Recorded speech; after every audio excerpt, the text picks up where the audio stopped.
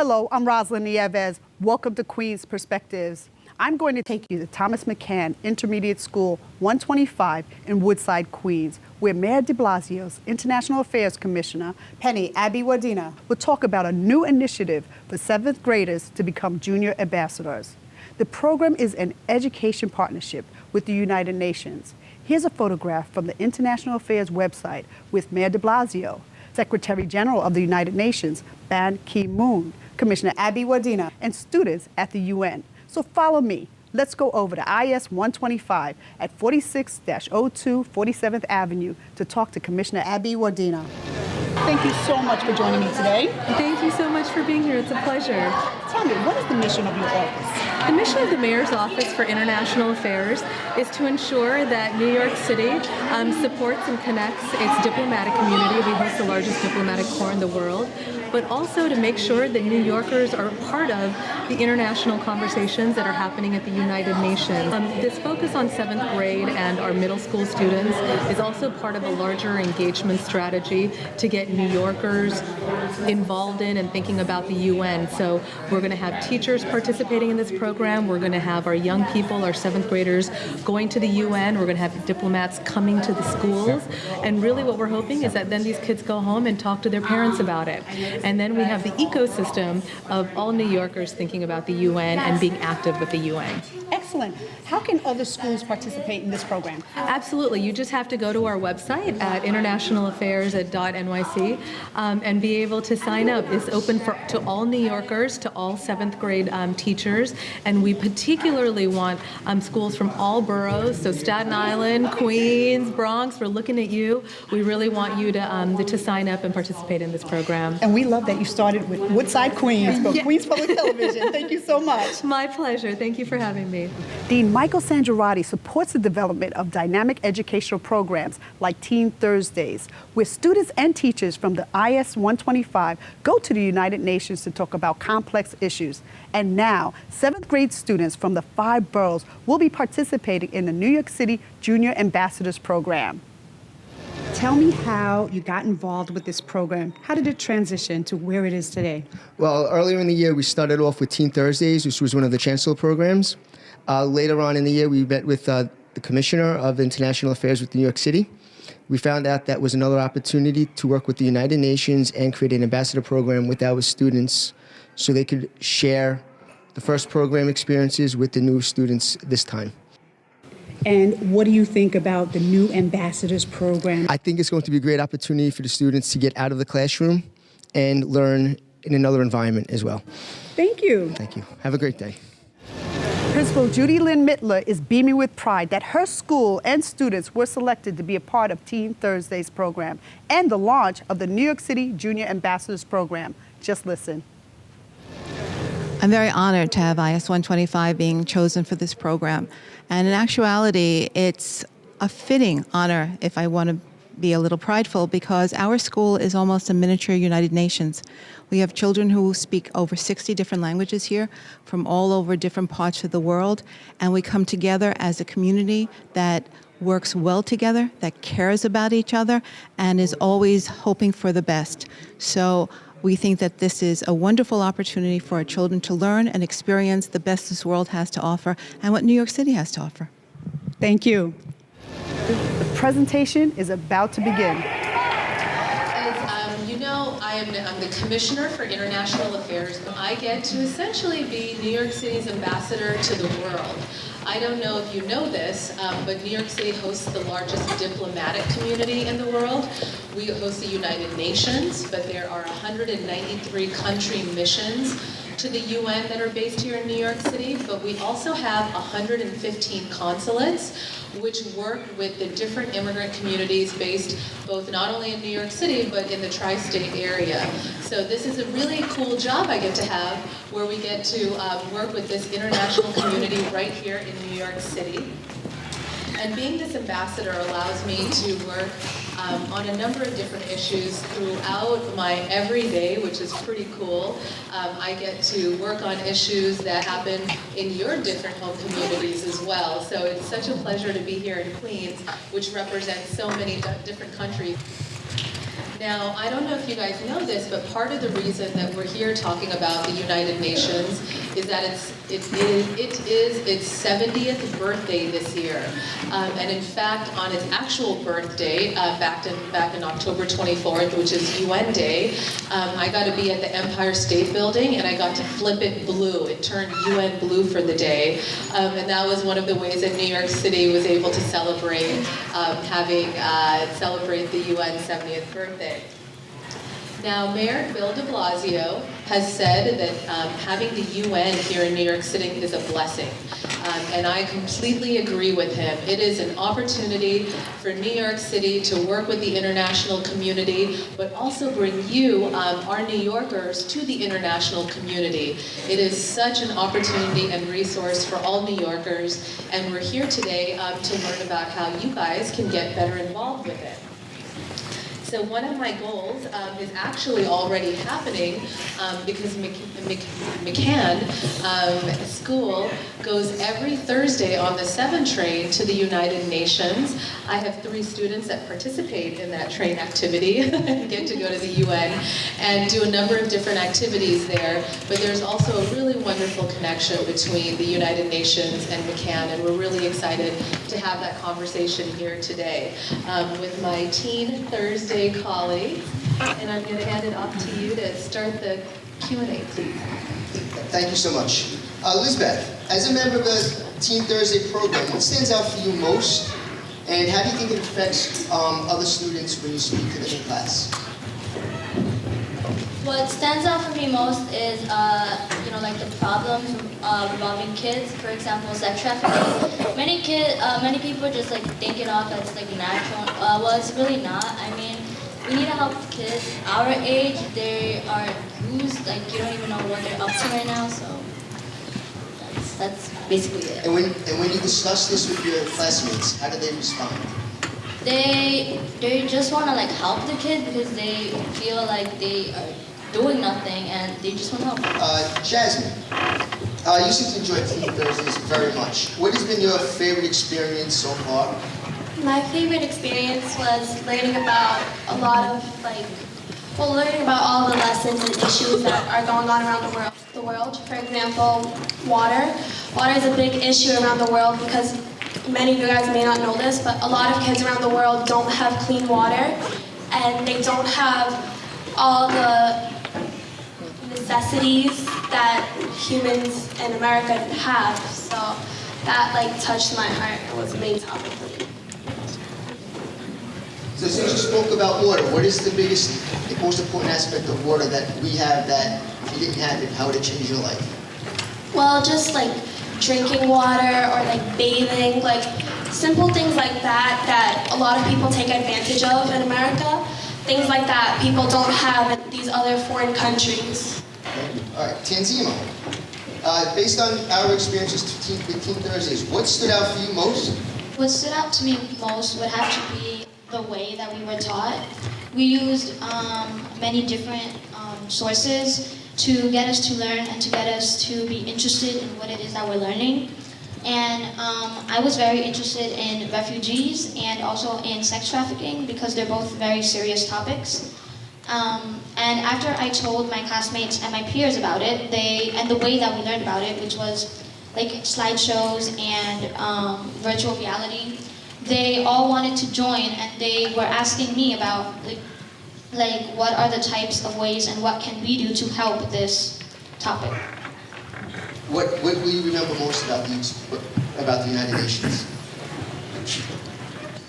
I would have to say that the topics that we learned about is something I'll never forget.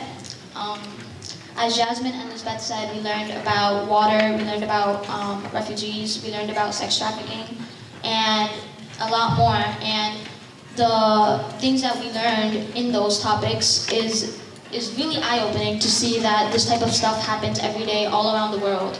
And we don't know it. We're just sitting here, going to school, complaining about that. And people are in places all around the world. They don't have food, water, they don't have control over their body. And it just really opened my eyes. Well, this is an exciting opportunity to now find out what questions you guys have for me. Who wants to start?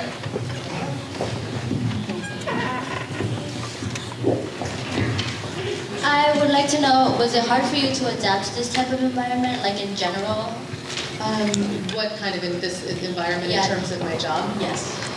You know, I have to say, the one thing that I have to be completely honest about, I have probably one of the coolest jobs in New York City. It was pretty easy to adapt. So I just hit my 1-year anniversary in this job. I started on October 1st last year. And so over the last year, I have spent my time meeting with so many different communities, representing the United Nations, different countries, and even in the local communities here. And I have to say, in terms of adapting, it's been very easy. I am talking to New Yorkers. The one really great thing about New York City is that no matter where people come from, New York City feels very much at home. I will say I was born in Sri Lanka. I came to the U.S. when I was 4. I was raised in Los Angeles. And like I told the mayor during my interview, I was reborn in New York City. And I think a lot of people from around the world feel that way. And so it's been really easy to adapt to this job because everybody loves being in New York City. I have another question. Sure. As a child, did you ever dream of becoming as successful as you are today? Well, thank you very much. I had big dreams, but it didn't look quite like this. I think what is so exciting about being your age, I know my friends up here are in 8th grade, but you guys are 7th graders, but this is such an important time to think about all the things that you can do. I am now, you know, the ambassador for New York City, but I wanted to be a veterinarian at one point, a documentary filmmaker. So there are so many things that I explored, and the one thing that has been consistent over a lot of my career is I've cared about women's rights. That speaks to experiences that I had in my home. And so women's rights has always been a theme of a lot of the work that I did, and working for this administration has been very, very, very rewarding. I don't know how familiar you guys are with Mayor Bill de Blasio, but he is a very famous F word, and that is a feminist. And there are a lot of women that are, a lot of the leadership in this administration are women. A lot of women run New York City here, and we're very excited about that. And so I'm able to continue my passion for women's rights here in this role. And so I think success can be defined in a lot of different ways, but it's really important that in 7th grade in particular, that you're thinking about all the different options. And we just want you to know that the United Nations and doing work on the international scale is one of the options that you guys have. I ended up doing that, and I'm loving it. Thank you. My question is, how does it feel to be commissioner after all your struggles in life, being an immigrant and just coming to America and adapting? Absolutely. I will say, you know, it is, sometimes it is a struggle to be an immigrant, but I also think it's also very extra special to be an immigrant. I had family and friends that were from all different countries, that spoke different languages, ate different foods, and that just made me a more diverse, I think, richer person because I had those experiences. I think being in this role as commissioner, it is important that I come from another country, that I have a love for different cultures and communities, and so it has been a really, you know, fulfilling experience, I would say, to be an immigrant and to be in this role. And my second question is, what is the connection between the United Nations and New York City? Absolutely. So, one, New York City is the home to the United Nations. So while Queens is the home, you know, for you, New York City is the home to the United Nations, and you should know that one of the first places the United Nations met in was in Queens. So there's an extra connection between Queens and the United Nations. But really, there's a lot more than just the communities and the people, but it's also the ideas. The mayor recently put out his plan for how he's going to make New York City better. He did that earlier this year. And you know what? The United Nations just did that for the global community. It's called the Sustainable Development Goals. And that is, how is the global community going to address the issues that we brought up today, from sex trafficking to water issues to dealing with and helping refugees. And so there are a lot of ideas that connect the United Nations and New York City. And so again, this is why it's so important for us to get you guys as New Yorkers. You guys are our best representatives to be able to go to the United Nations, learn about it, experience it, and then come back and talk to your friends and families about it. That is going to be such an important thing that we do together. What advice would you give to a student who wants to be involved with the United Nations but doesn't know what steps to take? Absolutely. For you 7th graders, we have launched a very exciting program called New York City Junior Ambassadors. Your teachers are going to get involved and think about how to incorporate the United Nations and its issues into the curriculum that you can learn. So there is a formal program that you will be able to participate in. But there's so many other things. You know, one of the things that I really loved about sitting up here are these young women talked about issues. Find out and learn about the things that you care about. Is it water? Is it sex trafficking? Is it sustainability? You know, New York City, you know, just a couple of years ago, you guys probably remember this, got hit by Superstorm Sandy. And there were so many things that we needed to do as a city to make ourselves safe. And there are so many other issues that we can talk about that are, you know, that could be really interesting to you depending on what you're interested in learning. And then think about ways in which you can also get involved in your community. It's not just about, you know, how you connect directly with the UN all the time. It's about how you support your community and help your community, and that will, you know, that will reach the international goals. Do you think that from your movement to New York and being a commissioner and just being surrounded by American culture, do you think that your culture is still with you? Absolutely. So I came to this country when I was 4. Out of curiosity, how many of you have parents that were born in another country? Awesome. All right, hands down. Okay, how many of you have, now how many of you were born in another country? All right. So I got a lot of you young folks in the same boat as me. And I think, again, one of the things about being an immigrant or having family or, you know, just communities that are from different places, that to me is what makes America so special. What I love about living in New York City is that we bring together so many different communities. You all are one of the most international schools in New York City. Did you know that over 60 languages are spoken at the school? That is amazing. How is that not the richest thing we can give to the world, is bringing this sort of diversity and community together. So I think by becoming commissioner and being able to have my Sri Lankan background, that is particularly powerful. And that has not impacted the love I have for Sri Lanka. In fact, all I do is crave Sri Lankan food and go home after I experience the job that I love, and I cook Sri Lankan food. So there you go. Thank you. Hold on one second. That's a great question. She asked, what do you do? We're talking about issues that are happening internationally in other communities.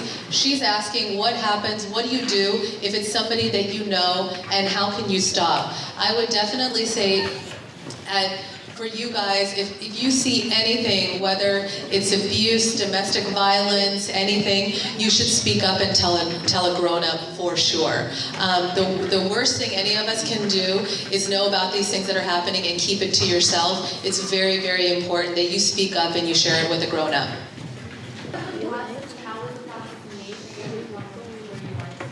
How I became a commissioner? Such a good question. So I had an old job where I worked at the Clinton Global Initiative, which former President Clinton and Secretary Clinton had started. And I was doing that job, and I literally got an email in my inbox that was from Mayor de Blasio's appointment team, and they said they wanted to talk to me. And here's some career advice, guys. When somebody wants to talk to you about a job, you always say yes. And so I agreed to a phone call. This was just last summer of 2014, and they told me about this role, why they were interested in me, and then I started conversations and I started an interview process, and that's how I got the job. All right, I would like everyone to think about what things you can do as a society, as children, and what can be done in your futures to help us and help the rest of society that we are in. Television. Again, I'd like to thank the Commissioner for taking time out of her incredibly busy day to share her experiences with IS 125. IS 125, how do we show thanks?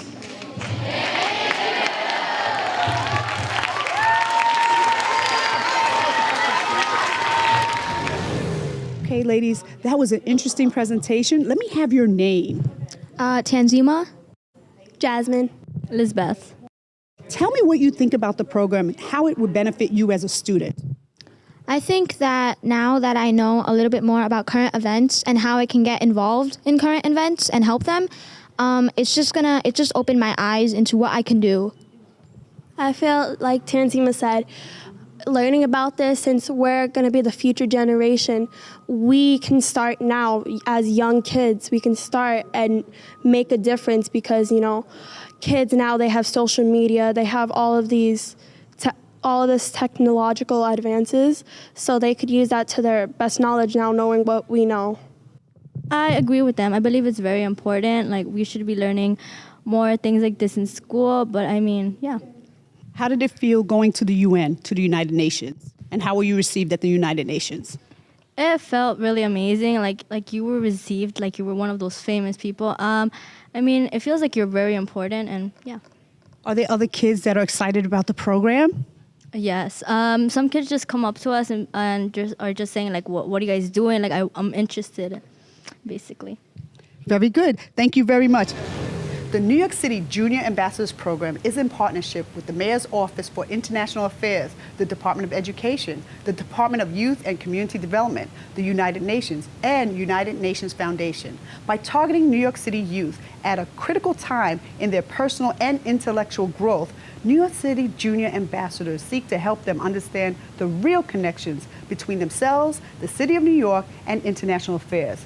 If you'd like more information about the New York City Junior Ambassadors Program, go to nyc.gov/international affairs. Before we go, I have a message from the students at IS 125.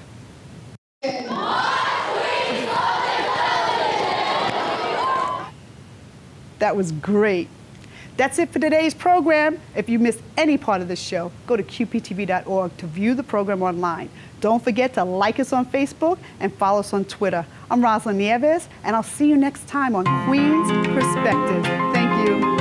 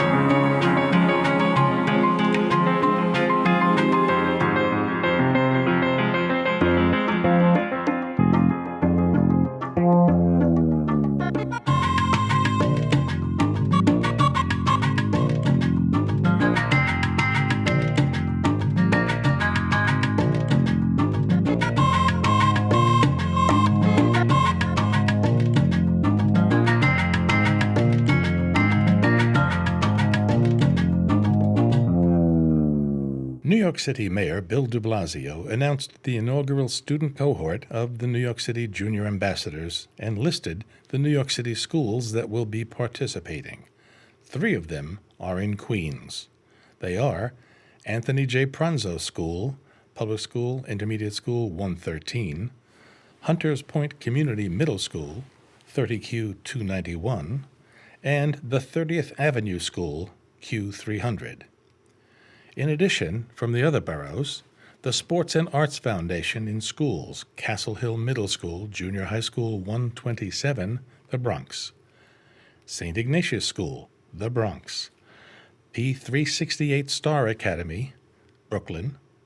Brooklyn Science and Engineering Academy, Brooklyn. Philippa Schuyler Middle School for the Gifted and Talented, Intermediate School 383, Brooklyn. NIA After School Program, Intermediate School 192, Brooklyn. Shangwen School, Public School Middle School 184, Manhattan. And Edwin Markham Intermediate School 51, Staten Island. Congratulations to all the winning schools and students. The New York City Junior Ambassadors Selection Committee members were City Council Speaker Melissa Mark Viverito, Council Member Daniel Drum, Carmen Farina, Chancellor of the New York City Department of Education, Penny Abeywardena, Commissioner of the Mayor's Office for International Affairs, Bill Chung, Commissioner of the Department of Youth and Community Development, Kathy Calvin, President and CEO of the United Nations Foundation, Valerie Rockefeller Wayne, Chair, Rockefeller Brothers Fund, and Board Member, Rockefeller Philanthropy Advisors.